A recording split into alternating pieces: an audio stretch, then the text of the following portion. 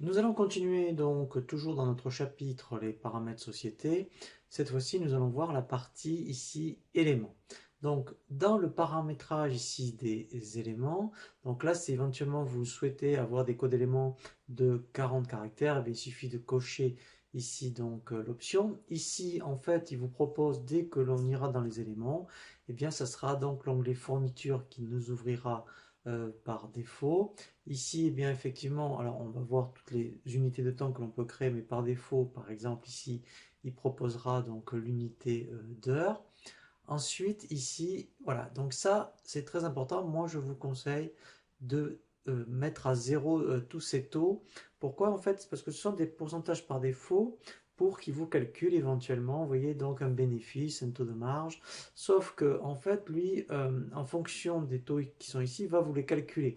Alors que si vous gérez bien vos achats par rapport aux ventes, vous l'aurez automatiquement. Alors que là, sinon, il va vous le calculer à chaque fois. Donc là, moi, je vous invite à mettre zéro. Voilà, comme ça, moi, vous aurez vraiment la main sur vos marges, notamment. Ensuite, ici, c'est par rapport à la gestion de stock. Donc là, à vous de voir si, eh bien, effectivement, vous autorisez les stocks négatifs ou pas.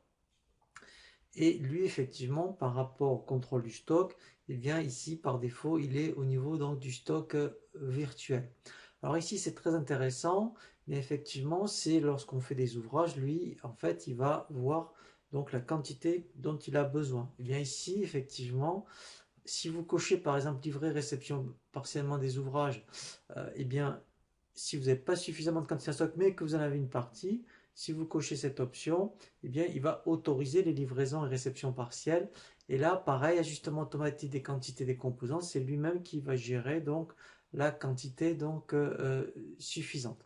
Voilà, donc ça c'était pour toute la partie éléments. Ensuite, ici, on a toute la partie tarifs et promotions. Donc là, on verra bien effectivement toute la gestion tarifaire que l'on peut appliquer. Et bien ici, ce sont des ordres de priorité. Vous voyez que c'est relativement important, hein, donc tout ce que l'on peut faire en termes de tarifs et promotions. Ici, c'est des priorités. C'est-à-dire que par rapport aux remises, aux promotions que vous appliquez, il va d'abord, ici, si on laisse les priorités par défaut, il va voir, ah, est-ce qu'il y a déjà une remise dans la fiche client? S'il envoie une, c'est celle-là qu'il ira chercher. Si après il y a une remise dans la famille client, il ira chercher ensuite celle-ci et ainsi de suite. Donc après, on verra hein, justement sur tout ce qui est tarif promotion, il ne faut pas non plus trop s'alourdir eh bien, en remise en cascade parce qu'après on ne sait plus du tout ce que l'on obtient en termes de prix de vente. Mais ici, effectivement, alors on peut changer, hein, c'est-à-dire que si on voulait que les catégories tarifaires soient en priorité, eh bien on le définit ici, puis on dit ici que c'est par rapport à la fiche client. Voilà, donc là tout dépend de votre